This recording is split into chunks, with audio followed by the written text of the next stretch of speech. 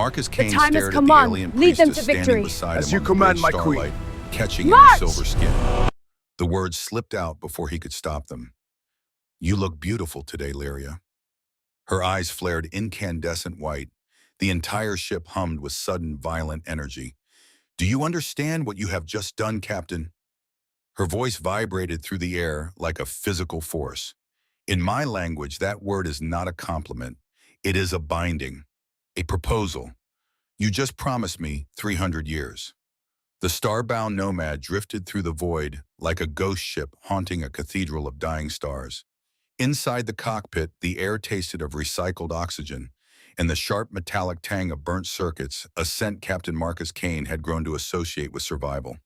He leaned against the cold bulkhead, staring at the swirling violet ink of the Helix Nebula through the reinforced viewport. His hand was wrapped around a mug of synth coffee that had long since lost its heat.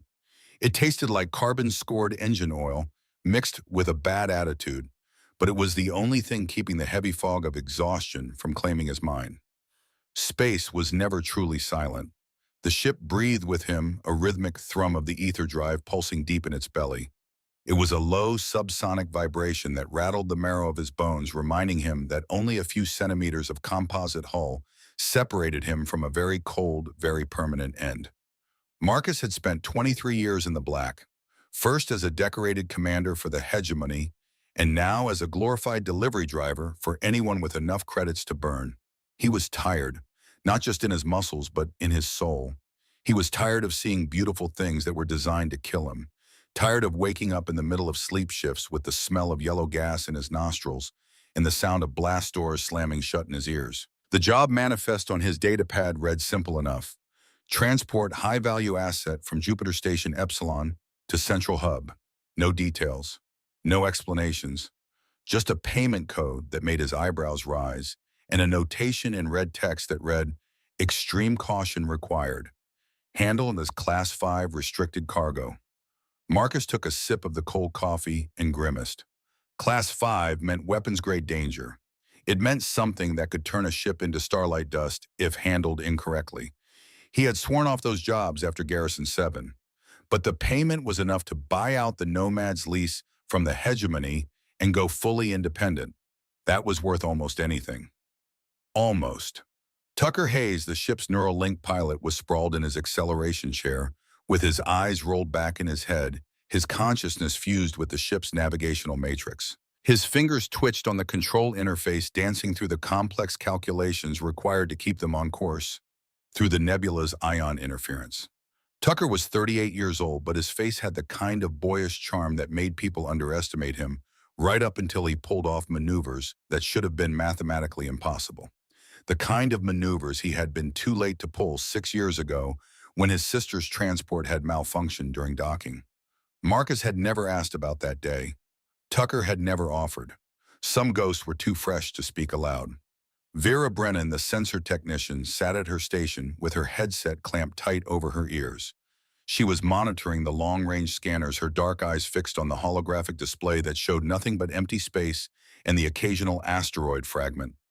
Vera was quiet, efficient, and carried the kind of stillness that came from surviving something that killed everyone else. Marcus had never asked her about the planetary massacre on Requiem, where she had been the sensor tech who detected the incoming fleet 2 minutes too late to evacuate her parents from the surface. She had never asked him about Garrison 7, where he had been the commander who closed the doors.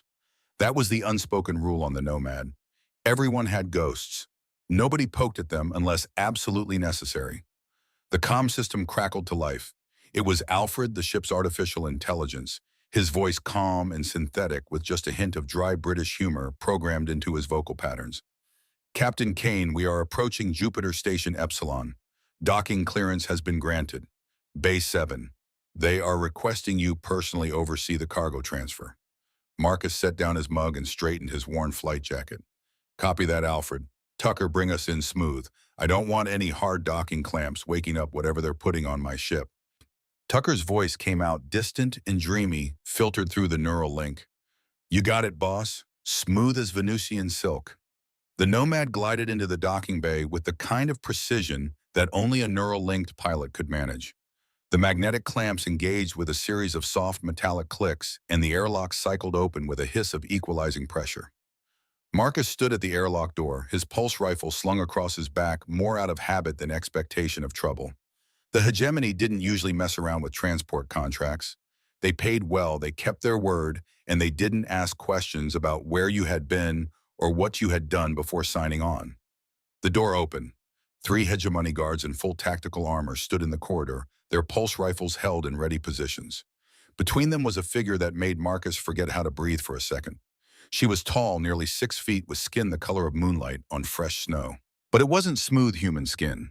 It was dusted with fine iridescent scales that caught the harsh docking bay lights and threw them back in cascading waves of silver and pale violet. Her hair was long and white, not the white of age, but the white of starlight, and it moved around her shoulders like it was suspended in water. Her eyes were wide and luminous, a deep amethyst color that seemed to glow with an internal light. Her ears were long and tapered, rising from the sides of her head like delicate wings. They twitched slightly, catching the hum of the ship's internal systems. She was wearing a simple gray prisoner transport suit, but even that couldn't diminish the otherworldly presence she carried. Around her wrists and ankles were energy shackles, humming softly with a containment field that pulsed in rhythm with her heartbeat. Marcus had seen Athari before. They were rare in human space, reclusive and deeply spiritual, but he had never seen one like this.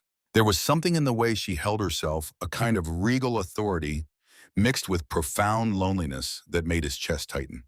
The lead guard stepped forward, his visor reflecting Marcus's face back at him. "Captain Kane, this is your cargo, High Priestess Lyria Asheville of the Athari Conclave. She is being transported under hegemony custody to Central Hub for processing. You are not to engage her in conversation. You are not to remove the containment shackles. You are to deliver her intact and unharmed. Is that understood?" Marcus nodded slowly, his eyes never leaving the woman. "Understood. What's she being processed for?" The guard's voice was flat. "That's classified. Your job is transport, Captain, not interrogation." Lyria Asheville turned her gaze toward Marcus. For a moment, their eyes met. Marcus felt something shift in his chest, a strange vibration that felt like the first note of a song he had forgotten he knew. Her expression was unreadable, but there was a flicker of something in those amethyst eyes. Recognition, maybe, or judgment. She spoke. Her voice was like nothing Marcus had ever heard. It wasn't a single voice, but a layered harmony, as if a dozen singers were speaking in perfect synchronization. It resonated in his bones. "Captain Kane, I am not cargo. I am a person. I would appreciate being treated as such." The guard stiffened. The lead one stepped between Marcus and Lyria. "Priestess, you are not authorized to—" Lyria's eyes flashed, and the energy shackles around her wrists flickered. It was a tiny movement, barely noticeable, but Marcus saw it. The guard saw it too. "I am aware of my status." Lyria said, her voice calm but edged with steel. "I am also aware that these restraints are unnecessary theater. I have not resisted transport. I have not attempted escape. I am cooperating fully with hegemony protocols. I am simply requesting basic dignity from the man who will be responsible for my safety for the next 2 weeks." Marcus looked at the guards. He looked at Lyria. Then he made a decision that he would later realize changed the entire trajectory of his life. "Take off the shackles." The lead guard's helmet swiveled toward him. "Captain, that is not—" "She's on my ship now," Marcus said, his voice dropping into the tone he had used when he was a commander, and men followed his orders without question. "I'm responsible for her safety and the safety of my crew. Those energy shackles are going to interfere with my ship's systems. Take them off or find another transport." It was a bluff. The hegemony could revoke his license with a single transmission. But Marcus had learned a long time ago that sometimes you had to draw a line and see who blinked first. The guard stared at him for a long moment. Then he turned to Lyria. "Priestess, you are still under hegemony custody. Any attempt to use your abilities will result in immediate termination. Do you understand?" Lyria's voice was soft. "I understand." The guard deactivated the shackles. They fell away from her wrists and ankles with a metallic clatter. Lyria rubbed her wrists gently, her skin reflecting light in patterns that reminded Marcus of oil on water. She looked at Marcus, and for the first time, something that might have been a smile touched the corners of her mouth. Thank you, Captain Kane. The guards left. The airlock sealed. Marcus stood in the corridor with an Athari high priestess who was no longer restrained, and he had absolutely no idea what he had just gotten himself into. Lyria walked past him into the ship, her movements fluid and graceful, as if she were gliding through water rather than walking on deck plating. Marcus followed her, his instincts screaming at him that he had just made either the best or worst decision of his career. Tucker's voice crackled over the internal comm. Boss, I'm reading a massive bioelectric spike in the passenger quarters. You want to tell me what kind of cargo we're hauling? Marcus keyed his comm. The kind that says, thank you, Tuck. Just keep us on a course and don't ask questions. Roger that. Not asking questions is my specialty. Marcus found Lyria standing in the center of the small passenger cabin, her head tilted as if she were listening to something he couldn't hear.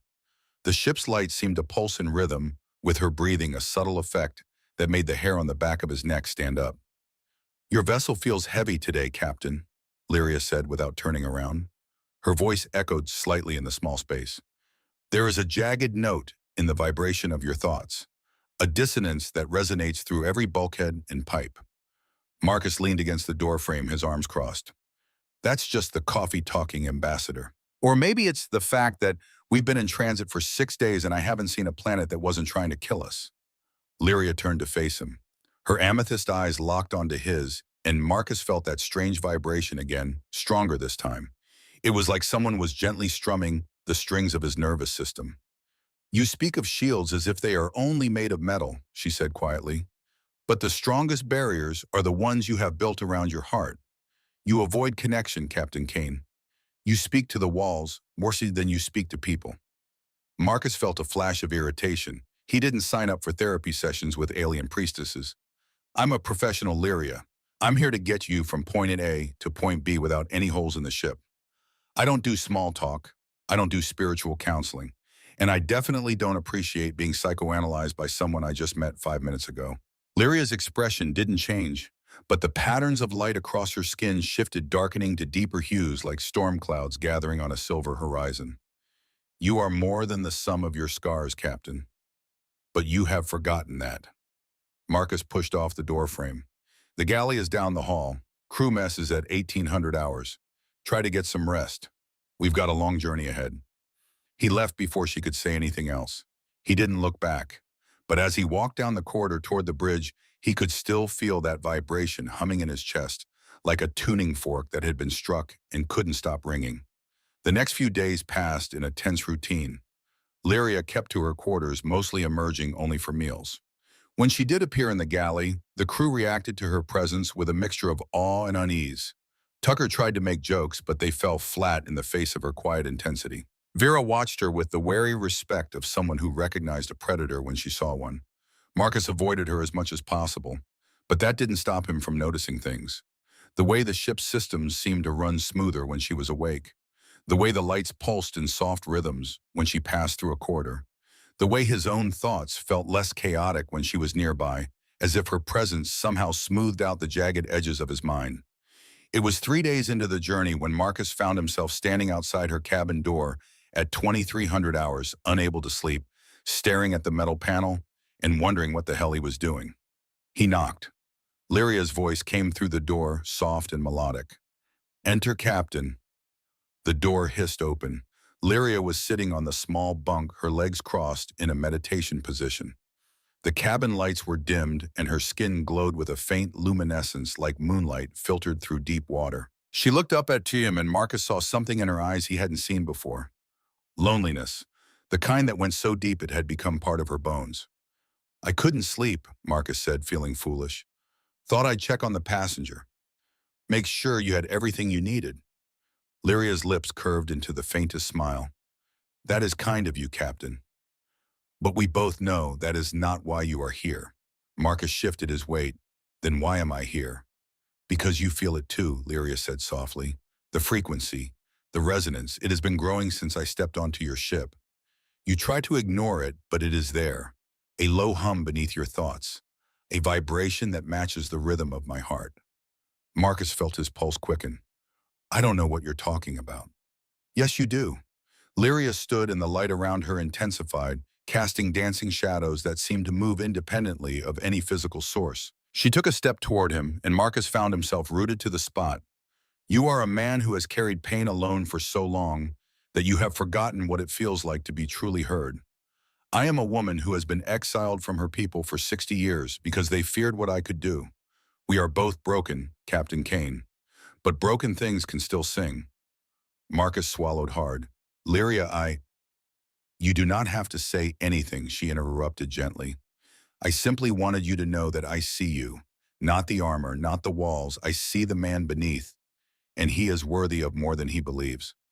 Marcus stared at her. For a moment, the weight of Garrison 7, the ghosts of the 300 people he had saved, and the 50 he had killed, all of it, seemed to press down on him like a physical force. But then Lyria reached out and placed her hand on his chest right over his heart. Her touch was cool, and the vibration in his chest shifted, became something softer, something that felt almost like peace. Rest, Captain, she whispered. Tomorrow will come whether you are ready or not. Marcus left her cabin in a daze. He made it back to his own quarters and collapsed onto his bunk, but sleep didn't come for a long time. When it finally did, his dreams were filled with silver light and a song he couldn't quite remember. The next morning, Marcus stood on the bridge with his third cup of coffee, staring at the viewport as they passed through a field of glittering ice crystals left over from some ancient comet. The light refracted through them, creating a kaleidoscope of colors that painted the cockpit in shifting rainbows. Lyria entered the bridge. She had changed out of the gray transport suit and into a flowing robe of deep blue that seemed to ripple with its own internal light.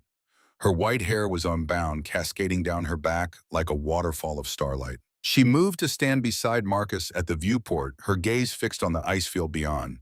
The light from the crystals caught in her form, making her seem to shimmer between solid matter and pure energy. Marcus looked at her, really looked at her, not as cargo, not as a job, but as a person, a being of profound beauty and terrible loneliness who had somehow ended up on his broken ship in the middle of nowhere. The words slipped out before he could engage the filters in his brain. You look beautiful today, Lyria. The reaction was instantaneous and utterly unexpected. Lyria froze. Her amethyst eyes suddenly blazed into an incandescent white that seemed to burn with the intensity of newborn stars. Across her skin, bioluminescent patterns flared to life, racing along her form like wildfire through dry grass. Her tapered ears pinned back against her skull. She let out a sharp, gasping breath that sounded like a chord being struck on a broken harp. For a second, the entire bridge hummed with a sudden violent surge of energy. The lights flickered. The displays on the consoles hissed with static. Vera jerked in her seat, her hands flying to her headset as a feedback screamed through the sensors. Then Lyria turned to face Marcus. Her eyes were still glowing white, and her voice when she spoke was no longer harmonious. It was a single pure note that vibrated through the air like a physical force. Do you understand what you have just done, Captain Kane? Marcus took a step back, his hand instinctively moving toward the pulse pistol at his hip. It's a compliment. It's a human thing. I didn't mean in the language of the Aethery, Lyria said, her voice shaking with barely controlled emotion. The word beautiful does not mean what it means to your people. It is not a casual observation. It is a declaration, a binding, a proposal. Marcus felt the blood drain from his face. A proposal. Harmonic resonance, Lyria said, and now her voice was layered with a dozen different tones, all of them trembling. Among my people, we do not choose mates through courtship or tradition. We listen for the frequency that matches our own. When we find it, we speak the word, beautiful. And in that moment, our souls begin to synchronize. Our nervous systems align. We become two parts of one song. The bond lasts for 300 years, Captain. 300 years of shared thoughts, shared emotions, shared life. Tucker's voice crackled over the comm, sounding panicked. Boss, I'm reading massive bioelectric fluctuations throughout the ship. What the hell is going on up there? Marcus ignored him. He was staring at Lyria, his mind racing. I didn't know. I swear, I didn't know. It was just, you looked, the resonance has already begun, Lyria said, and now her voice was softer, almost wondering. She reached up and pressed her hand against her chest, her fingers splayed over her heart. I can feel it. Your heartbeat. It is loud and fast and full of a terrible, ancient sorrow. But beneath it, she paused, her glowing eyes searching his face. Beneath it there is honesty, raw and unfiltered. You meant what you said, Captain. You saw me. Not the priestess, not the exile, not the weapon. You saw me. Marcus found his voice. Lyria, listen. I'm sorry, I didn't mean to. We can figure this out. There has to be a way to reverse it, right? Some kind of ritual or, well, there is no reversal, Lyria said quietly. The white glow in her eyes was fading back to amethyst, but the luminescent patterns on her skin remained pulsing in time with her breathing. The resonance once begun cannot be undone. It will grow stronger with proximity and time. Eventually, we will hear each other's thoughts, feel each other's pain. Our lives will become intertwined in ways that neither of us can fully understand. Marcus felt like the deck was tilting beneath his feet. 300 years.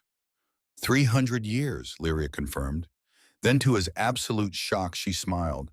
It was a sad smile, fragile and beautiful and heartbreaking. I should be furious with you, Captain Kane. You have bound me to a future I did not choose. But I am not. Do you know why? Marcus shook his head mutely. Because for 60 years I have walked alone, Lyria said, her voice dropping to a whisper. I have not felt a clean frequency, not one untainted by fear or disgust or pity. But your heart, Captain, it beats with honesty. It is broken, yes. It is scarred and jagged and full of guilt. But it is real, and I have not felt anything real in so very long. Before Marcus could respond, the ship's alarm screamed to life. Red emergency lights strobed across the bridge. Vera's voice cut through the chaos, sharp and terrified. Contact, multiple contacts dropping out of warp on our 6 ion signatures match. Known pirate configurations. Tucker's voice followed, all humor gone. They didn't even hail us, boss. They're just lighting us up. Shields are taking hits. We're at 60% and dropping fast. Marcus's training kicked in. The shock of the resonance revelation was shoved into a mental box and locked away. Right now, his ship was under attack. Everything else could wait. He crossed to the command console in 3 long strides, his fingers flying over the tactical display. 5 ships, heavily armed, and they were closing fast. Evasive maneuvers. Tucker, give me everything you've got. Vera, I want full sensor scans on those ships. Who are they, and what do they want? Vera's hands danced across her console. Scanning now, Captain. Wait. Oh God, it's the Obsidian Reaver. Warlord Cross's flagship. Marcus felt ice flood his veins. Cross, one of the most feared pirates in the sector. A man who made his fortune stripping valuable cargo from transports and selling refugees to the highest bidder. Why the hell is Cross interested in us? Marcus growled. We're not carrying anything valuable except... He stopped. Slowly he turned to look at Lyria. She stood in the center of the bridge, silver fire tracing the lines of her form in defensive patterns. Her eyes were wide, but there was no fear in them, only a terrible understanding.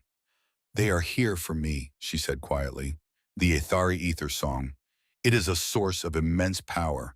Warlord Cross wants to harvest it. He wants to turn me into a battery for his fleet. Another impact rocked the ship. Sparks showered from an overhead conduit. The gravity plating flickered, making Marcus feel weightless for a heartbeat before slamming him back down. Tucker's voice was strained. Shields at 40%, hull breach on deck 3. That's boss, that's the guest quarters. Deck 3, Pippy, where Lyria's cabin was located. Marcus didn't think. He just moved. He grabbed his pulse rifle from the weapons locker and turned to Lyria. Stay here. Lock the bridge. Don't let anyone in.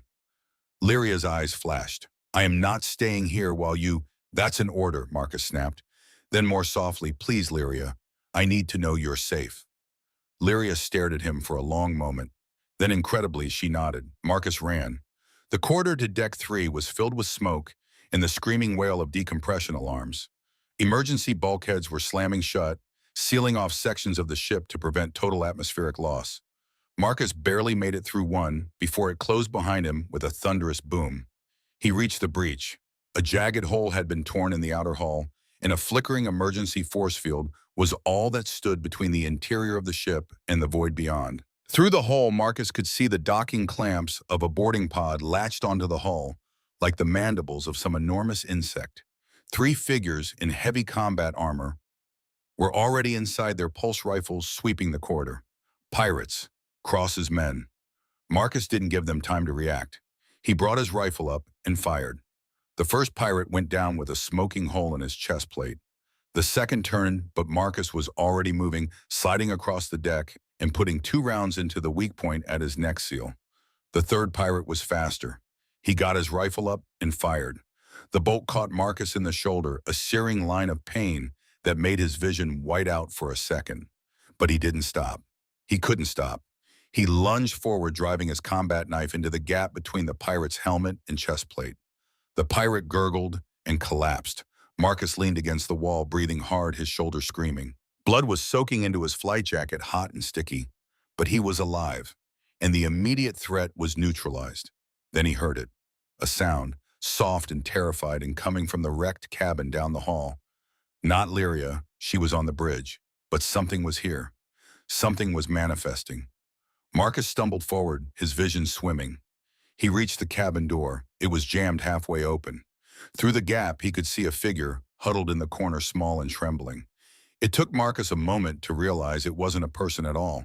It was a projection, a holographic echo of someone who wasn't physically present. And then, with a shock that went through him like an electric current, he recognized her. Lyria, not the Lyria on the bridge.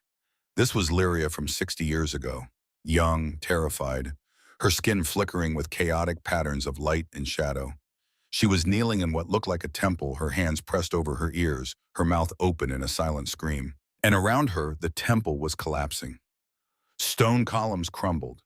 Athari in white robes ran in all directions, their mouths open in terror. And from young Lyria's throat came a sound that Marcus could not hear, but could feel. A note of pure devastation. The resonance. It was showing him her memories, her trauma, the moment she had lost control and destroyed everything. Through their accidental bond, Lyria's most traumatic memory was bleeding into physical space projected by emotional amplification. This was what she had been running from for 60 years. This was the ghost that had driven her into exile. Marcus reached out his hand, passing through the holographic image. "Lyria," he whispered, "what happened to you?" The projection flickered and vanished, and in its place, standing in the corridor behind him, was the real Lyria. She had left the bridge. She had come for him. Her eyes were wide with shock. She had felt it too. Through the resonance, his pain, his fear, the moment he had been wounded. "You told me to stay on the bridge," she said, her voice shaking. "But I felt you. Your heart stopped for a second when that bolt hit you. I felt you die just for a moment. And her voice broke. "I could not stay away." Marcus stared at her, at this alien woman who had been alone for 60 years, who had just bound herself to a broken human captain by accident, who had felt him almost die and come running. "The resonance," he said quietly. "It's real, isn't it?" Lyria nodded, silver tears streaming down her face. "It is real, Marcus. I can feel your guilt. I can feel the weight you carry. Garrison 7, you think carrying that alone makes you strong.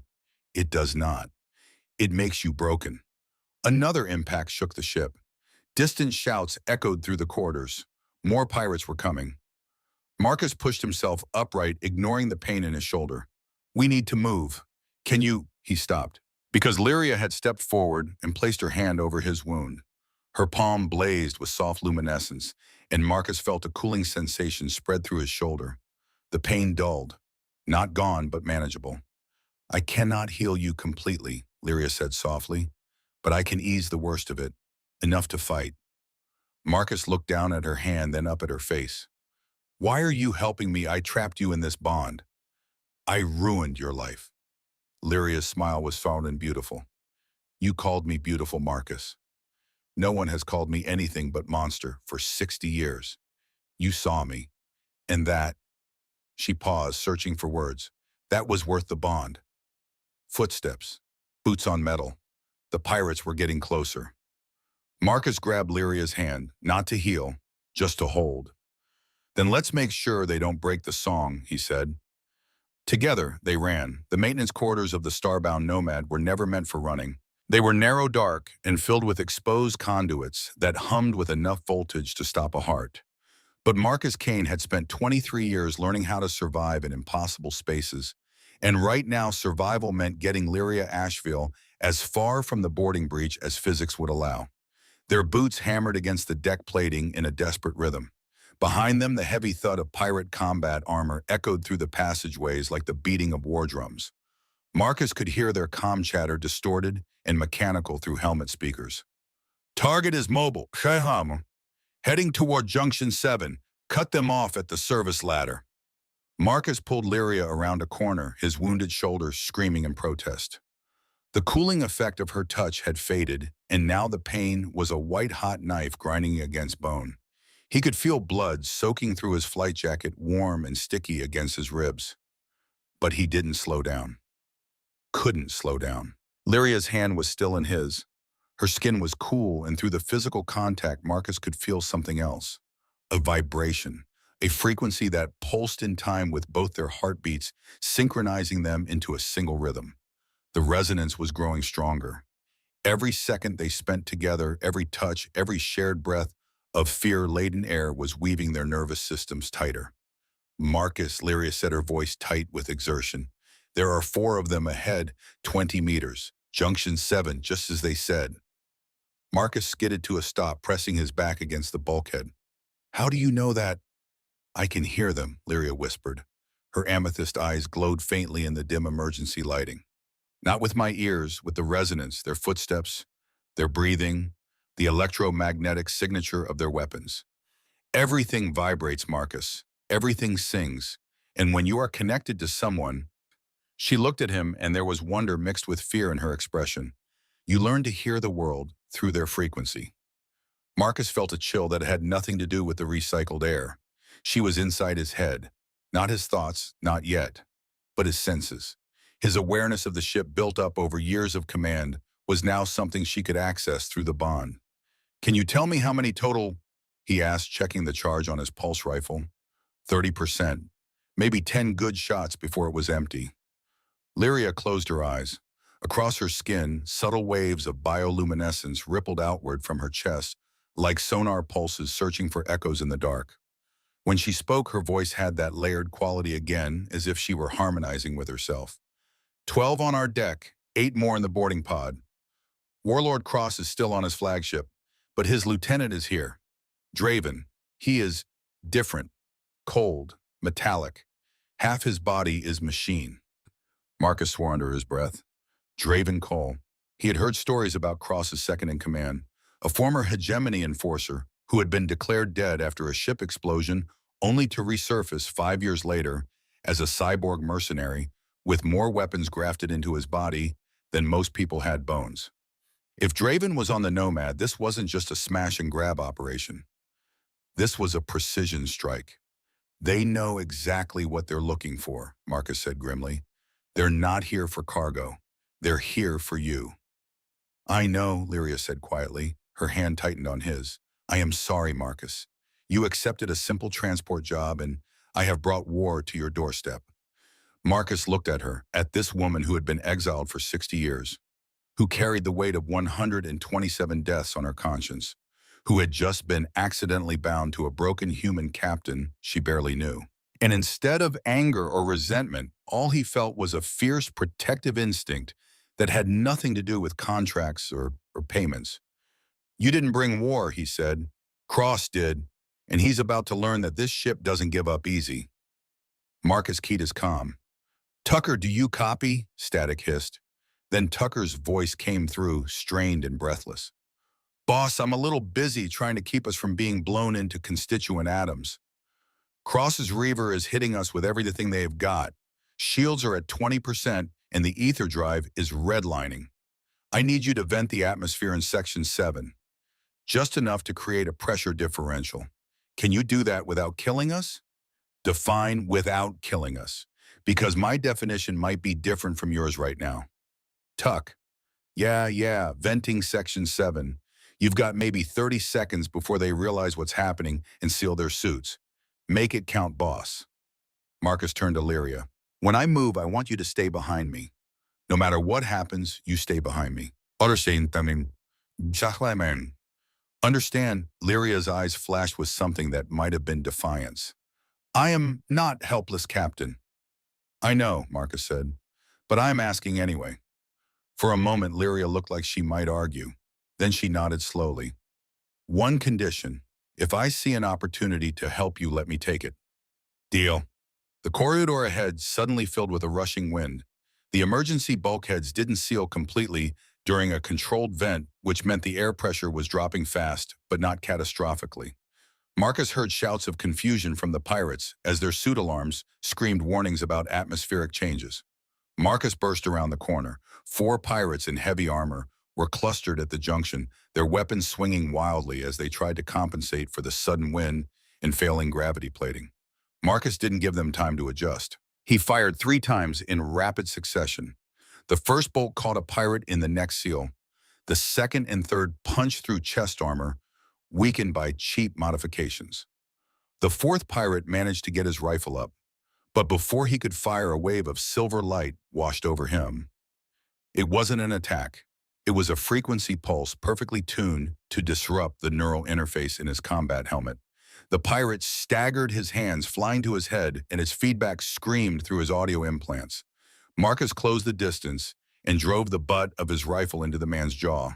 The pirate dropped like a cut string. The wind died as Tucker sealed the atmospheric vent. Marcus stood in the corridor breathing hard, his shoulder a mass of fire and pain. 4 bodies lay scattered around him. The deck plating was scorched from weapons fire and slick with something he didn't want to identify. Lyria stepped up beside him. Across her form, the light had taken on deeper tones like storm clouds gathering over a pewter sea. There was a tremor in her hands. I did not kill him, she said quietly, staring at the unconscious pirate. I could have.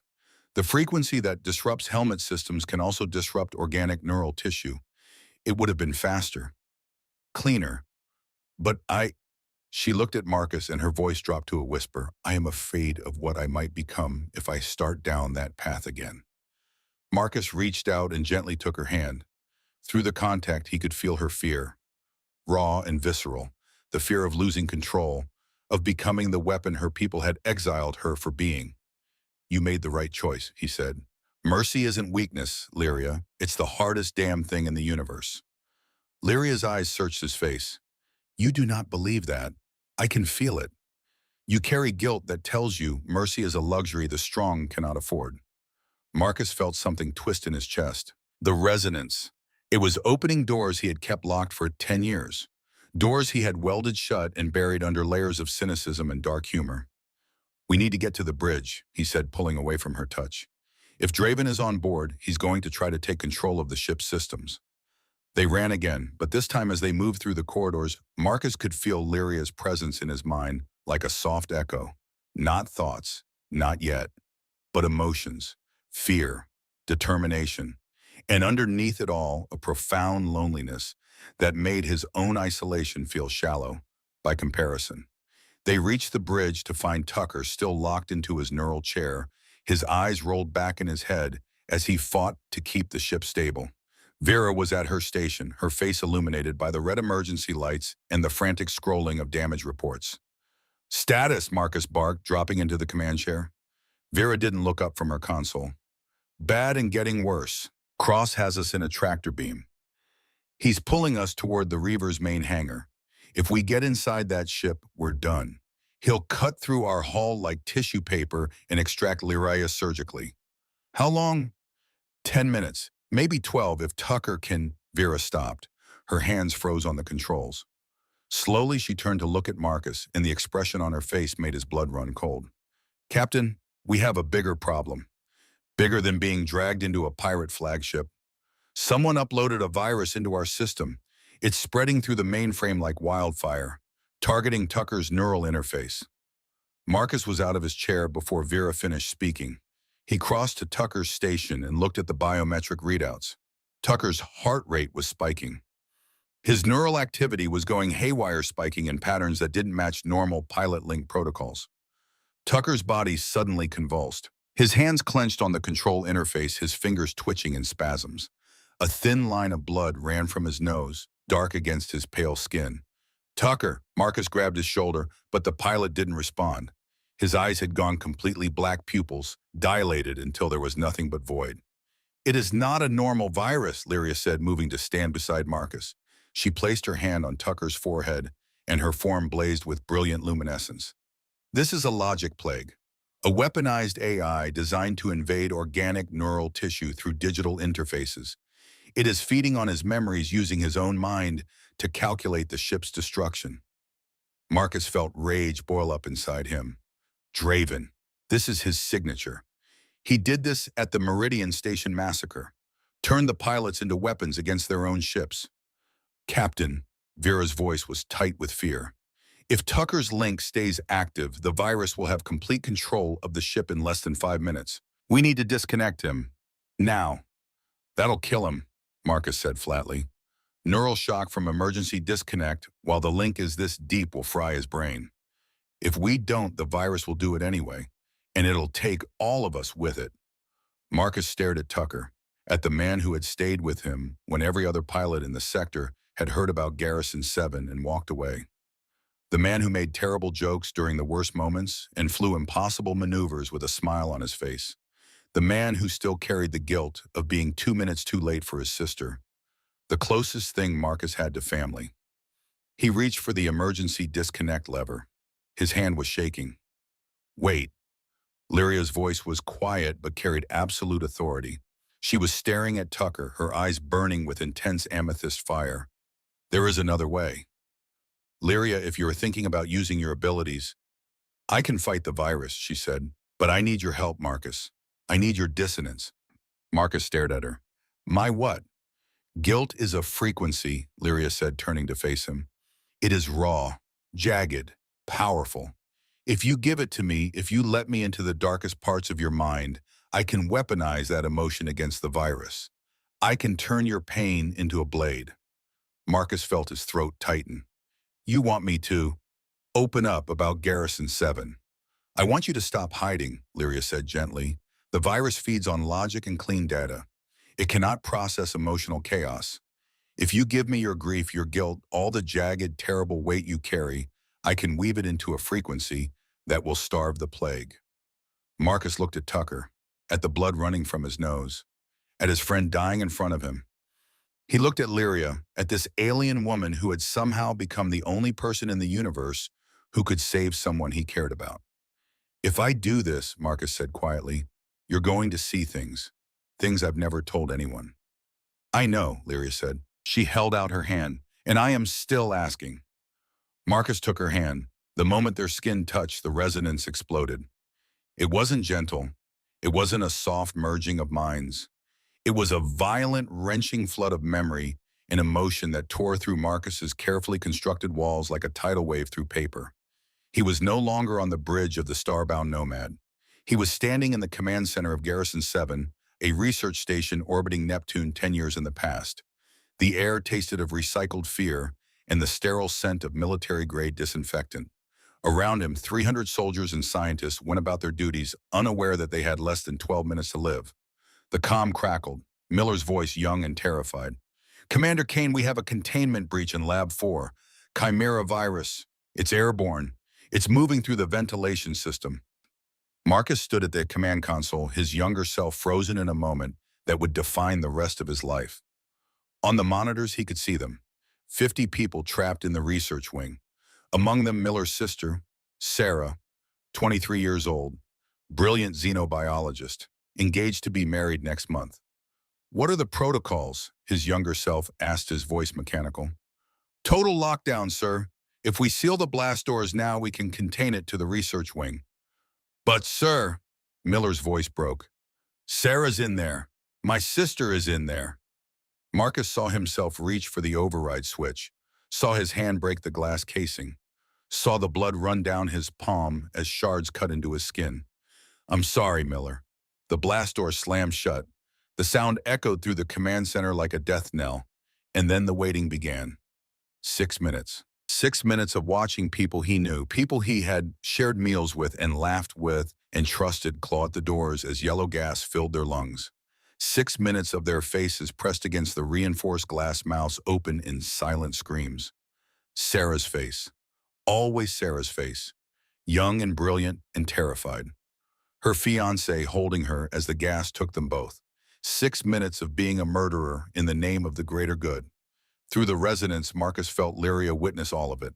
Every second, every face, every moment of suffocating guilt. And instead of judgment, instead of horror, he felt something else.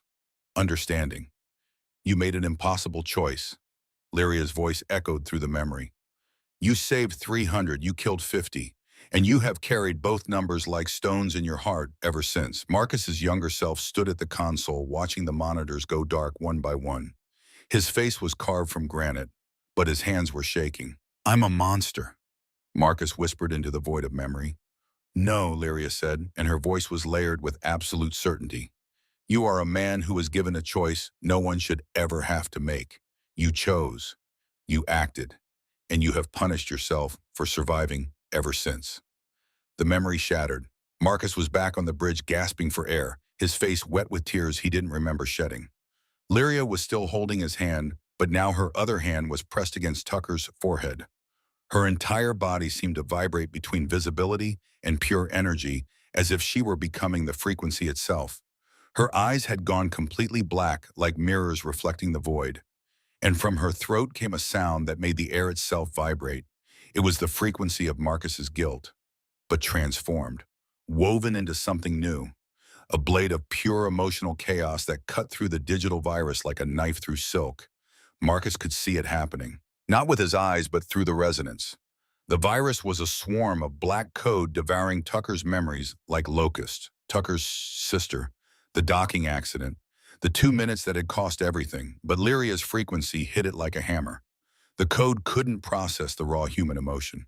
It couldn't calculate grief or guilt or the terrible weight of impossible choices. It shattered, fragmented, dissolved into nothing. Tucker gasped. His eyes snapped open, no longer black, but their normal warm brown. He looked around wildly, his chest heaving. Was I? He looked at Marcus, at Lyria, at Vera. Holy hell, I saw the beginning of time. It was really loud. Lyria collapsed. Marcus caught her before she hit the deck, her body light and trembling in his arms. Silver blood ran from her nose, bright against her pale skin. I did it, she whispered, her voice barely audible. I controlled the song. I weaponized emotion without destroying. She looked up at Marcus, and there was wonder in her exhausted eyes. I did not lose control. Marcus held her, feeling the resonance pulse between them like a shared heartbeat. You saved him. You saved all of us. No, Lyria said softly. We saved him. Your pain, my control, together. Vera's voice cut through the moment like a knife. Guys, I hate to interrupt the bonding, but we still have a massive problem. Marcus gently set Lyria down in a seat and turned to the sensor display. His blood went cold. On the main view screen, the Obsidian Reaver loomed like a predator. But attached to the Nomad's hull, visible through the external cameras, was a device that Marcus recognized immediately. An ether anchor, a parasitic energy drain that latched onto a ship's power core and broadcast a high-frequency signal. A beacon. It's not just draining us, Vera said, her voice tight. It's calling every pirate ship within 10 light years, telling them exactly where we are and that we're defenseless. Tucker, still weak from the virus attack, pulled himself back into his chair. How long until the fleet arrives? Vera checked her sensors. Her face went pale. We have incoming warp signatures. Multiple contacts, 20 minutes, maybe 30. Marcus stared at the anchor. It was fused to the hull plating, protected by a kinetic shield that would vaporize anyone who tried to approach from the outside. And removing it from the inside would require venting atmosphere from the engine room, which would kill everyone in that section. They were trapped, wounded, marked for death. Lyria stood up, still unsteady, but with determination burning in her eyes. She moved to the viewport and pressed her hand against the cold glass, staring at the anchor. I can feel it, she said quietly. The frequency it is broadcasting. It is not just draining energy, Marcus. It is amplifying emotional pain. The nebula around us, it remembers the dissonance of those who have died here. The anchor is using that memory to manifest ghosts. As if to confirm her words, Marcus saw something in the corner of his eye, a shadow, a figure standing in the corridor just beyond the bridge door. He turned, and for a split second he saw him. Miller, standing there in his Garrison 7 uniform, looking at Marcus with eyes full of quiet accusation. "You locked the door, Commander," Miller's ghost whispered. "Why do you get to breathe?" Marcus blinked and the ghost was gone, but he could still hear the voice, could still feel the weight of those words pressing down on his chest. "It's the anchor," Lyria said, her voice strained. "It is turning your guilt into physical manifestations, and it will only get worse." Tucker checked the tactical display. "Cross's fleet is 18 minutes out. We need to get that anchor off our hull or we're not just dead. We're target practice." Marcus looked at the anchor, at his crew, at Lyria, who was watching him with those ancient amethyst eyes that had seen 60 years of exile and still found the strength to hope. He made a decision. "I have a plan," Marcus said, "but it's going to require perfect synchronization between all of us." "What kind of plan?" Vera asked warily. Marcus turned to Lyria. "You said you can project a harmonic phantom, make crossfire at a ghost. Can you do that?" Lyria nodded slowly. "Yes, but it requires the resonance to be strong, and not just between you and me. The entire crew needs to be connected, even if just for a moment." Tucker raised his hand weakly. "Quick question. When you say connected, do you mean the touchy-feely kind, or the our brains might melt kind?" "Somewhere in between," Lyria said with the faintest smile. Vera looked at Marcus. "Captain, what exactly are you planning?" Marcus pulled up the tactical display, his fingers moving with the confidence of a man who had commanded ships through the worst the universe could throw at them. "We're going to make Cross think we're surrendering. Vent the cargo bay oxygen to create a thermal whiteout on his sensors. While he's blind, Lyria projects a phantom of the Nomad that runs straight at his ship. He fires everything he's got at the ghost. And while he's reloading, we punch our engines to maximum and get inside his shield envelope." "Inside?" Tucker's eyes went wide. "Boss, that's not a plan. That's a suicide note with extra steps. Inside his shields, his kinetic batteries can't track us without hitting his own hull," Marcus continued. "We get close enough, and I can manually override the anchor's frequency lock and blow it off our hull." "And if this doesn't work?" Vera asked. Marcus looked at each of them in turn, his crew, his family, the people who had stayed with him even after they learned about Garrison 7. Tucker, who had lost his sister. Vera, who had been 2 minutes too late for her parents. "Then we die together," he said quietly. "But we die fighting." Lyria stepped forward. She held out her hand not to Marcus but to Tucker and Vera. "I need you to trust me," she said. "For just a moment, let me into your frequency.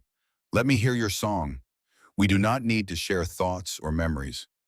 Just let me feel your heartbeats." Tucker looked at Vera. Vera looked at Marcus. Marcus nodded. One by one, they joined hands. Marcus, Lyria, Tucker, Vera. A chain of broken people on a dying ship in the middle of a nebula that wanted to swallow them whole. The resonance exploded outward. Not painful this time, but overwhelming. Marcus felt Tucker's guilt about his sister, the docking accident 6 years ago, that he had been 2 minutes too late to prevent. Felt Vera's survivor's grief from the Requiem massacre, the sensor alert she had sent 2 minutes too late to save her parents. Felt Lyria's 60 years of exile and loneliness. And beneath it all, he felt something else, something stronger than fear or guilt or pain. He felt them choose to stay, choose to fight, choose each other. "One song," Lyria whispered. "One song," they answered. Outside the viewport, Cross's fleet began to drop out of warp. 18 ships materialized from the void, their weapons arrays glowing hot, all bristling with weapons, all closing in for the kill. Marcus sat in his command chair and allowed himself one small smile. Let's show them what a ghost ship can do.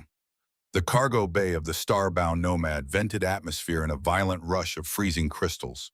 Through the viewport, Marcus watched oxygen turn to ice in the void, creating a massive cloud of glittering white that swallowed the ship in a blizzard of false stars. On the Obsidian Reaver's sensors, it would look like catastrophic hull failure, like a ship dying in the cold dark. Exactly what they needed Cross to believe. Marcus stood at the command console, his wounded shoulder bound tight with emergency sealant that burned like liquid fire every time he moved. But the pain kept him sharp, kept him focused. He had learned a long time ago that pain was just another kind of fuel, and right now he needed every drop he could get. Beside him, Lyria stood with her eyes closed and her hands pressed together as if in prayer. But she wasn't praying. She was listening. Her skin pulsed with rhythmic waves of bioluminescence, each pulse synchronized with the heartbeat of every person on the bridge. The resonance had become a living thing, a shared frequency that connected them all in ways that went beyond words or thought. Through that connection, Marcus could feel Tucker's nervous energy as the pilot prepared for the most dangerous maneuver of his career. Could feel Vera's cold determination as she routed every remaining scrap of power to the phantom projection systems. Could feel Lyria's terrible focus as she wove their combined frequencies into something that had never existed before. A ghost ship, a harmonic phantom, a lie made of light and hope, and the desperate refusal to die quietly. Phantom is forming. Lyria whispered, her voice layered with harmonics that made the air vibrate. I can see it through the nebula, a mirror of us, moving, breathing, singing our song. On the tactical display, a second starbound Nomad appeared on the sensors. It looked identical to their ship. Same heat signature, same electromagnetic profile, same distress beacons screaming for help that would never come. The phantom ship surged forward, burning hard toward the center of Cross's fleet, with the desperate speed of a vessel making a final run for freedom. Cross took the bait. The Obsidian Reaver's primary lance cannons lit up the void with beams of coherent blue death. They struck the phantom dead center, and for a heartbeat, the ghost ship seemed to shudder and burn. Then it dissolved into a cascade of harmonic particles that scattered across the nebula like silver rain. Now, Tuck, Marcus roared.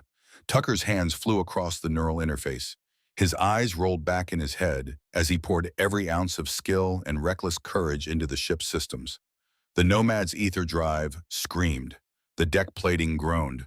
The gravity stabilizers failed for 3 terrible seconds, sending everyone floating before slamming them back down with bone-crushing force. But they moved.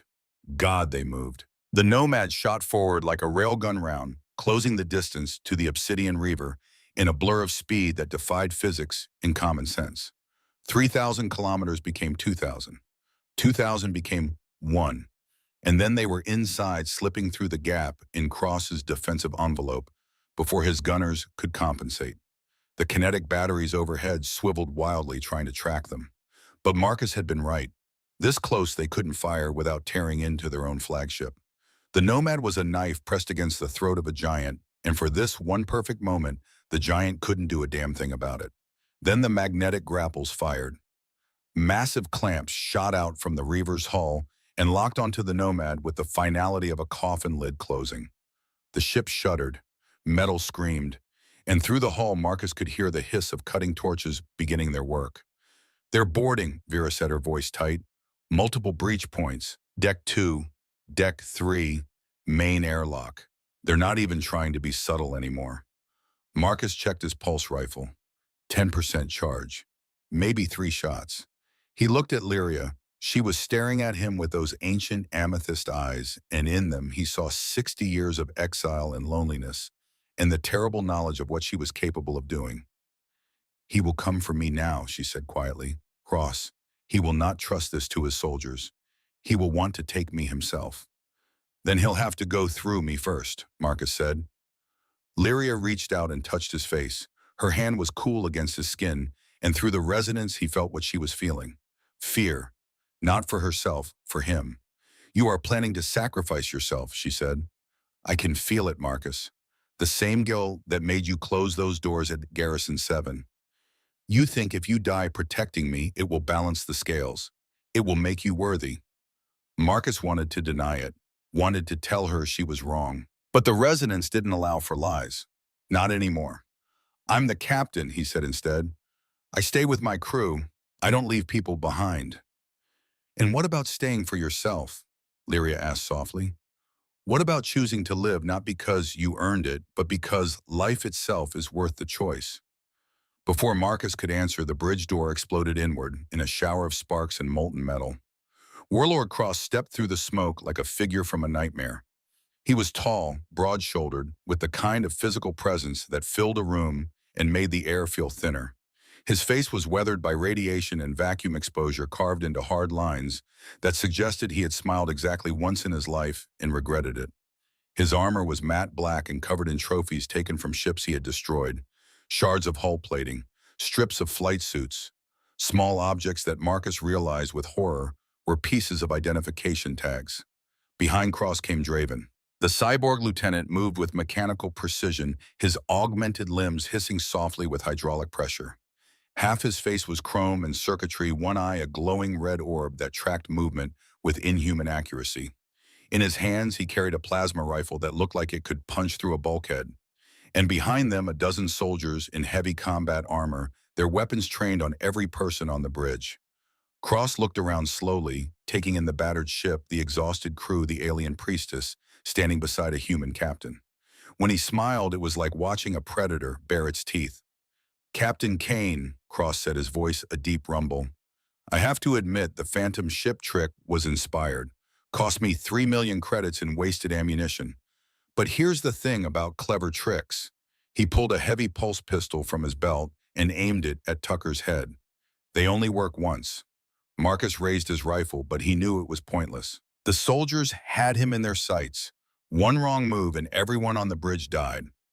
"What do you want, Cross?" Marcus said, keeping his voice level. "What I've always wanted," Cross replied. "Progress, evolution. The Athari ether song is the most powerful energy source in known space. One priestess can power a fleet for a generation. Imagine what I could do with that kind of resource. The colonies I could conquer. The systems I could control." He turned his attention to Lyria, and something that might have been genuine curiosity crossed his scarred face.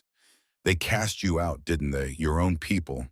They feared what you could do, so they threw you into exile like garbage. And now the hegemony wants to lock you in a lab and study you like an insect. But I can give you purpose, Priestess. I can give you a place where your power is valued." Lyria's form had taken on deeper tones like midnight gathering over a storm-tossed ocean. When she spoke, her voice was cold as the void. "You want to turn me into a battery, a thing to be drained and discarded. That is not purpose. That is slavery dressed in prettier words." Cross shrugged. "Call it what you want. Draven, secure the Priestess."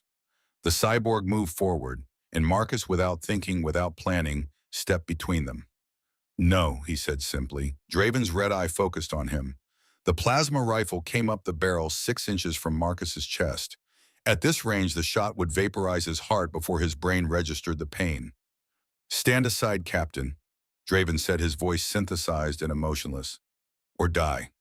Through the resonance, Marcus felt Lyria's fear spike, felt her prepared to unleash the song to destroy everyone in the room if it meant saving him. He felt her teetering on the edge of control, one heartbeat away from becoming the weapon she had spent 60 years trying not to be. And he realized with sudden clarity what he had to do. Marcus didn't move. He looked at Draven, then at Cross, then at the soldiers surrounding them. And then he did something he hadn't done since Garrison 7. He let go, not of his life, not of his duty, but of the guilt. The terrible, crushing weight of believing he didn't deserve to survive. The voice that told him every good thing in his life was borrowed time that would eventually come due. "I'm not moving," Marcus said quietly. "You want her? You're going to have to go through me, and I'm not going to make it easy." Cross's expression darkened.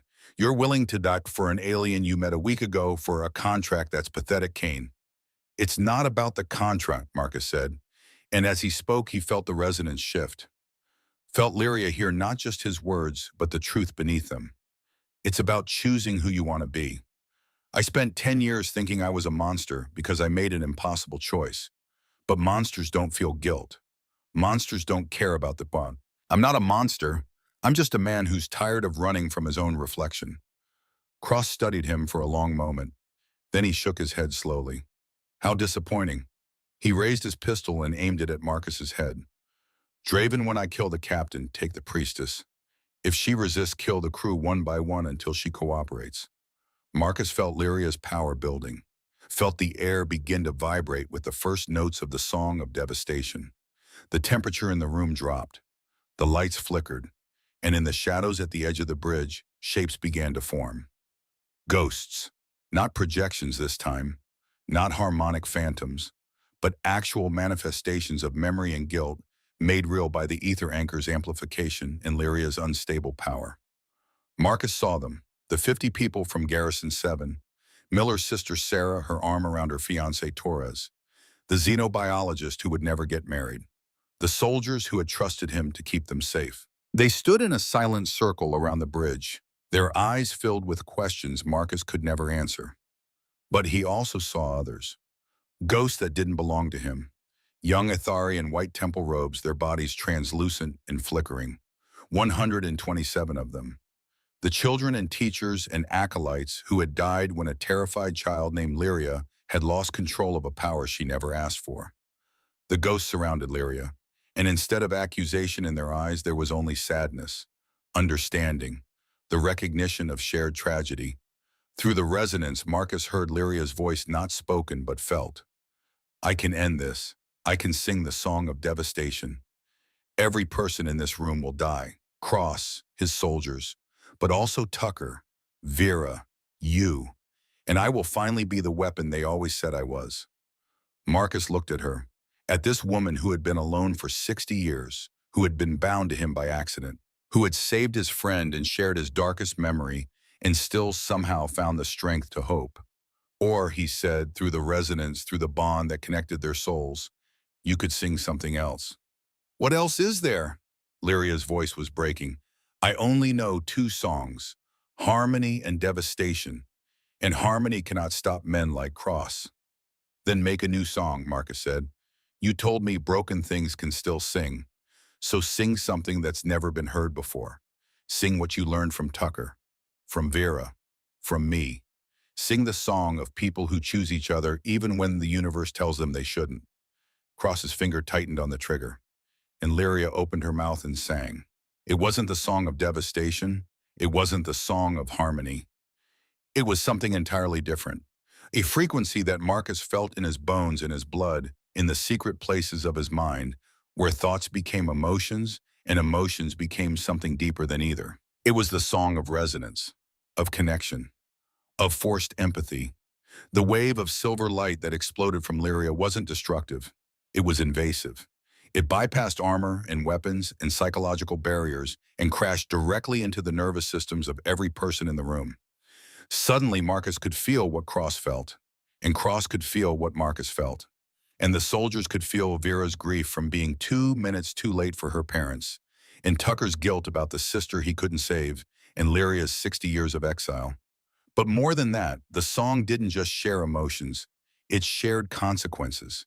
It made everyone feel the accumulated weight of every choice they had ever made, every person they had hurt, every life they had taken, every moment of pain they had inflicted on the universe. For men like Cross, who had built an empire on suffering, it was overwhelming. The warlord dropped his pistol. It clattered to the deck as he fell to his knees, his hands pressed against his head. His mouth opened in a silent scream, not of pain but of understanding, of being forced to feel, really feel the weight of hundreds of deaths he had caused. The soldiers dropped their weapons. Some fell, some wept. One vomited inside his helmet. Draven stood frozen, his cybernetic systems unable to process the flood of organic emotion crashing through what remained of his human brain. Smoke began to rise from his neural ports as his augmentations overloaded, trying to filter feelings they weren't designed to handle. Through it all, Marcus felt Lyria's hand in his, felt her anchor herself to his frequency so she wouldn't lose control, so the song wouldn't spiral into devastation. And he held her, through the resonance, through the physical connection, through sheer force of will and the stubborn refusal to let her fall into darkness alone. The song lasted exactly 12 seconds. When it ended, the silence that followed was profound. Cross remained on his knees, tears streaming down his scarred face. He looked up at Lyria with eyes that had seen something terrible and true. I can feel them, he whispered. Everyone. Every single person I've killed. They're all here in my head. I can't. His voice broke. I can't make them stop. Lyria's voice was gentle, exhausted but gentle. They will fade, given time. But you will never forget this feeling, Warlord Cross. You will carry it for the rest of your life. That is the price of understanding what you have taken from the universe. Through the viewport, Marcus saw something change on the Obsidian Reaver. The ether anchor on the Nomad's hull suddenly flared with brilliant golden light. The overload of harmonic energy from Lyria's song had surged through the resonance field and overloaded the device. It exploded, not violently, but completely. The kinetic shield shattered. The anchor itself vaporized into a cloud of metallic vapor that dispersed across the nebula. And with it, the ghosts faded. Garrison 7's dead, the temple's casualties, all of them disappeared back into memory where they belonged. The magnetic grapples released. The Nomad was free. Marcus keyed the comm. "Tucker, get us out of here. Full burn. Don't look back." Tucker's voice was shaky but functional. "Already on it, boss. Plotting jump coordinates. We'll be clear in 90 seconds. Marcus turned back to Cross. The warlord was still on his knees surrounded by his soldiers, who looked like they had just woken from a nightmare they couldn't describe. "You're letting us go?" Cross asked, his voice hollow. "I'm giving you the same choice someone gave me," Marcus said quietly. "You can carry this guilt alone and let it destroy you. Or you can try to do something with the time you have left. Your call." The Nomad pulled away from the Obsidian Reaver, its engines burning hard as it climbed out of the nebula. Behind them, Cross's fleet of 18 ships made no move to pursue. They just drifted in the void cruise, paralyzed by the sudden weight of their own consciences. On the bridge, Marcus collapsed into his command chair. The adrenaline was fading, leaving behind a bone-deep exhaustion and the persistent fire of his wounded shoulder. Lyria sank down beside him, her silver skin pale, her luminescence barely visible. She looked drained, used up, but in her eyes there was something Marcus had never seen before. "Peace. I did not destroy them," she whispered. "I showed them themselves, and that was enough." Marcus took her hand. Through the resonance, he felt her relief, her wonder, and underneath it all, the beginning of something that might eventually become healing. "You made a choice," he said. "You chose mercy when devastation would have been easier. That's not weakness, Lyria. That's the strongest thing I've ever seen." Tucker initiated the warp jump. The stars elongated into streaks of light, and the starbound Nomad left the Helix Nebula behind, carrying its crew toward a future none of them had planned for. 2 weeks later, the Nomad docked at Valon Prime, a frontier outpost orbiting a desert planet in the Nevada sector. The repair estimate made Tucker whistle through his teeth. The hull damage alone would cost more than the ship was worth. But Marcus had credits now. The hazard bonus from the hegemony for successfully delivering Lyria despite pirate attack. And he had a decision to make. He stood in the docking bay watching repair drones swarm over the Nomad's hull like mechanical insects. Beside him, Lyria stood in a simple flight suit that matched the silver of her skin. She had changed since the fight with Cross. The haunted look in her eyes had softened. She smiled more. And through the resonance, Marcus could feel that the crushing loneliness that had defined her for 60 years was finally slowly beginning to lift. "I filed my resignation with the hegemony this morning," Marcus said, "effective immediately. We're going independent." Lyria looked at him, surprise flickering across her face. "You would give up military contracts, the security, the structure." "I would give up taking orders from people who treat living beings like cargo," Marcus said.